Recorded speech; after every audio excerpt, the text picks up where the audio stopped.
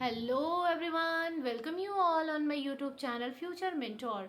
तो आज के इस वीडियो में बेसिकली हम डिस्कस करने वाले हैं डे 3 के टारगेट को। जी हाँ, यदि आप बीपीएससी 4.0 के लिए प्रिपेयर कर रहे हो और आपका teaching subject class 9th and 10th के लिए मैथमेटिक्स है या फिर 6 to 8th के लिए मैथ्स एंड साइंस है, तो आज के डे 3 टारगेट में आपको करना है हाइट एंड डिस्टेंस चैप्टर को। ठीक है, हाइट एंड डिस्टेंस जो कि एनसीईआरटी में क्लास मतलब चैप्टर नंबर 9 है, जिसे आप प्योरली एनसीईआरटी से ही करोगे या फिर आपके पास बिहार बोर्ड वाली बुक हो तो आप वहाँ से कर लेना। इस चैप्टर से जो आपका मेन 80 मार्क्स वाला जो पोर्शन होता है 9th एंड 10th में, वहाँ क्वेश्चंस पूछे जाते हैं और 6 to 8th में भी क्वेश्चंस पूछे गए हैं। टीआरई 2.0 में भी पूछा गया और टीआरई 3.0 में भी पूछा गया है। तो आपको इस चैप्टर को प्रिपेयर करना है। और ये जो चैप्टर है ये काफ़ी मतलब आप कह सकते हो उसमें काफ़ी कम क्वेश्चंस है। एक्सरसाइज में 16 क्वेश्चंस ही है सिर्फ। तो आपको मेनली जो है ना सिर्फ एनसीईआरटी से पढ़ना है, इसके लिए कहीं बाहर जाने की ज़रूरत नहीं है। आप सिर्फ एनसीईआरटी के एग्जाम्पल और एनसीईआरटी की एक्सरसाइज को कर लो, इनफ होगा आपके लिए। नेक्स्ट, अब मैं बात करती हूँ साइंस के पोर्शन में। तो साइंस के पोर्शन में जैसा कि बताया था कि प्लांट हार्मोन, अब प्लांट हार्मोन के साथ साथ आपको चैप्टर 2 जो है क्लास 10th की एनसीईआरटी में, उस चैप्टर को थॉरली आप रीड करो। और रीड करके पहले आपको करना क्या है कि जो आप नहीं मतलब पहले आपको जो लग रहा है कि इम्पॉर्टेंट है उसे अंडरलाइन कर लीजिए, प्लस उसके नोट्स भी बनाएं। नोट्स बनाना बहुत ही ज़्यादा इम्पॉर्टेंट है। एंड के टाइम पे आप स्क्रीनशॉट से रिवाइज नहीं कर पाओगे यदि आप यूट्यूब से पढ़ रहे हैं। मैं आपको बता रही हूँ, वैसे तो आपको एनसीईआरटी टेक्स्ट बुक को पढ़ना चाहिए अगर आप, क्योंकि यूट्यूब पे हमारा बहुत सारा टाइम वेस्ट हो जाता है। हम एक चैप्टर को पढ़ने के चक्कर में बहुत सारी चीज़ें जो है वो बीच बीच में, जो भी ऑब्वियसली पढ़ा रहा है वो बीच बीच में बोलेंगे ही कुछ ना कुछ। और अगर आप प्रिपेयर कर रहे हो तो मुझे लग रहा है कि एनसीईआरटी टेक्स्ट बुक से आप पढ़ो। जो नहीं समझ आता है उसे यूट्यूब से सर्च कर लो या फिर गूगल से सर्च करके आप देख सकते हो। और जो आपको लग रहा है कि इन पॉइंट्स को मुझे याद रखना चाहिए या ये कॉन्सेप्ट मेरा क्लियर नहीं था, उसे ज़रूर नोट डाउन करें। बुक में भी कर सकते हो। मैं बुक में ही पेंसिल से यूज़ किया करती थी, पेंसिल से एक एक चीज़ को अंडरलाइन करती थी, प्लस साथ में जो क्वेश्चंस मेरे को लग रहा है इस बीच से बन सकता है वो मैं खुद से बनाती थी। ठीक है, या फिर आप ऐसा कर सकते हो कि आप अपने नोटबुक में लिखो। अभी भी मैं उन चैप्टर्स को ज़रूर रिवाइज करती हूँ क्योंकि मेरे को अभी भी काफ़ी सारे एग्ज़ाम्स देने हैं। दूसरे एग्ज़ाम्स की प्रिपरेशन भी मैं कर रही हूँ।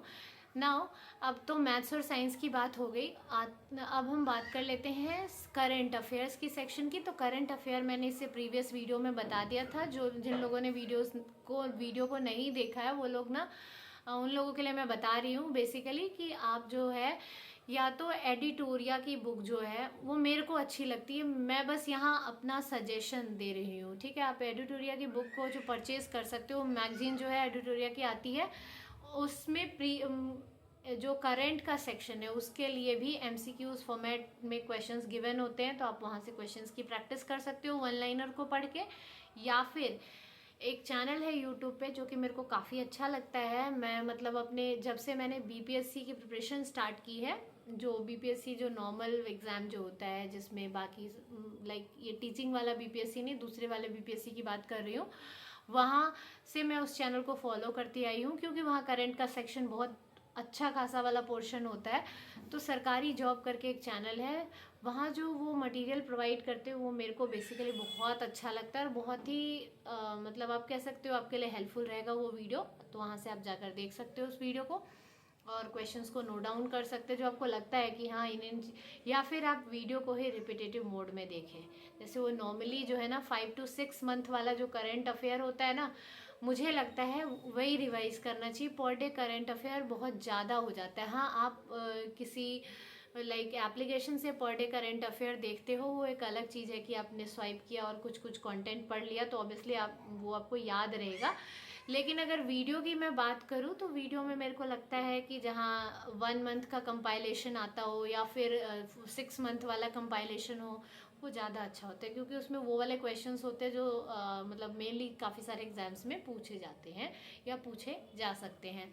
ठीक है, इसके बाद इससे प्रीवियस वीडियो में भी यही बोला था कि कॉन्टीन्यूटी जो है वो काफ़ी मैंडेटरी है आप कह सकते हो कि one of the most important point है कि आपकी पढ़ाई में कॉन्टिन्यूटी ज़रूर होनी चाहिए। जैसे कि आप सभी को पता है कि अभी नवरात्रि चल रहा है, तो ये नहीं है कि आपको अब इस टाइम पे पढ़ाई ही नहीं करनी है। अपनी पढ़ाई को एज इट इज़ कंटिन्यू रखें और कोशिश करें कि आप जितने आवर्स दे रहे थे उतने ही आवर्स दे पाए। अगर आपसे नहीं हो रहा है, आप लाइक हाउसवाइफ हो या फिर आप ऑलरेडी कहीं वर्किंग हो, तो थोड़ा इस टाइम पे मैनेज करने में मुश्किल होती है, तो आप उसी के अकॉर्डिंग अपना प्लान कर ले कि कब आपको टाइम मिलेगा। फिर आपको किसी एक दिन संडे को, मतलब आपके पास जो होगा वो ज़्यादा काम हो जाएगा, बट ट्राई करना है कि आप कंसिस्टेंसी को मेंटेन रखें। कंसिस्टेंसी जो है वो किसी भी एग्ज़ाम को क्लियर करने के लिए मेन रोल प्ले करता है। कंसिस्टेंट ज़रूर आपको होना है, अदरवाइज़ एग्ज़ाम जो है वो क्रैक करना मुश्किल हो जाता है। ठीक है, तो कंसिस्टेंसी आपको ज़रूर मेंटेन रखना है, इन चीज़ों का ध्यान देना है। और अपने पढ़ाई की जर्नी के दौरान जब आप प्रिपरेशन कर रहे हो, स्पेशली जब आप गवर्नमेंट जॉब के लिए प्रिपेयर कर रहे हो, तो आपको ये दिमाग में रख के चलना है कि यह एक, मतलब ये जो जर्नी है ये एक लंबी जर्नी है और इसके लिए आपको मेहनत की ज़रूरत होती है। ठीक है, और दूसरी चीज़ कि ऐसा होता है जनरली, क्योंकि मैंने खुद काफ़ी टाइम के बाद, आप कह सकते हो कि मेरा एक एग्ज़ाम क्लियर हुआ है। इससे पहले काफ़ी सारे एग्ज़ाम मैंने दिए हैं 2016 के बाद से, जब से ग्रेजुएशन कर ली है उसके बाद से मैंने काफ़ी सारे पेपर्स दिए थे बीच में, कभी दिल्ली मेट्रो, कभी कुछ, ऐसे बहुत सारे पेपर्स दिए हैं। तो ऐसा होता है ना कि हम कभी कभी, हमें ऐसा फील होने लगता है कि अब हमसे नहीं हो पाएगा या हम गिव अप कर देते हैं। ठीक है, तो आपको ये जो ख्याल जो दिमाग में आता है ना, इस नेगेटिविटी को हटाना है और ये अपने माइंड में एक पॉजिटिव थॉट ऑलवेज रखना है कि आप एग्ज़ाम को क्लियर कर सकते हो। ठीक है, आपको बिल्कुल भी डिस्ट्रैक्ट नहीं होना है। और अगर आपको लगता है कि इस टाइम पे किसी पर्सन की मदद की ज़रूरत है, तो आप ज़रूर उनसे मदद लें। आपको लग रहा है कि किसी के पास बैठ के मुझे अच्छा फील हो रहा है या कोई मुझे बहुत ज़्यादा मोटिवेट कर रहे हैं, तो उन लोगों के पास ज़रूर बैठे। अपने फ्रेंड सर्कल में भी होंगे, आपके फैमिली मेम्बर्स भी होंगे। ठीक है, लेकिन अपने आप को हमेशा कह सकते हो कि पॉजिटिविटी में इंडल्ज रखना है, क्योंकि ये प्रिपरेशन जर्नी में नॉर्मल सी बात है कि कभी अप्स एंड डाउन्स आपकी लाइफ में आते रहेंगे। आपको लगेगा कि मेरे से नहीं हो पाएगा, कभी ये लगेगा कि मैं इससे ज़्यादा नहीं पढ़ सकता हूँ या नहीं पढ़ सकती हूँ, तो ये कॉमन सी चीज़ है। और बट एक टाइम आता है, एक टाइम आ जाएगा जब आपकी प्रिपरेशन उस लेवल पे पहुंच जाती है कि आपके कई सारे एग्ज़ाम्स एक बार में क्लियर हो जाएंगे। जैसे कि मैं खुद बताऊं तो मेरा इस साल में जो केवीएस था, केवीएस की पीआरटी जो है उसका एग्ज़ाम क्लियर हो गया था, लेकिन वही बीएड वालों को हटा दिया गया जिसकी वजह से नहीं हुआ। इसके बाद ये वाला एग्ज़ाम है, इससे पहले जो राजस्थान वाला एग्ज़ाम हुआ था वो भी हो गया था। ठीक है, तो चूँकि मैं बिहार की रहने वाली हूँ, तो ऑब्वियसली मेरे लिए यहाँ जॉब करना ज़्यादा इजी था। अगर केवीएस में हो जाता तो बेटर ऑप्शन था, अगर बीएड वालों को नहीं हटाया जाता तो बस यही कहना चाहूँगी कि कंसिस्टेंसी को मेंटेन रखिए, पर डे डेली टारगेट को ज़रूर कंप्लीट करें।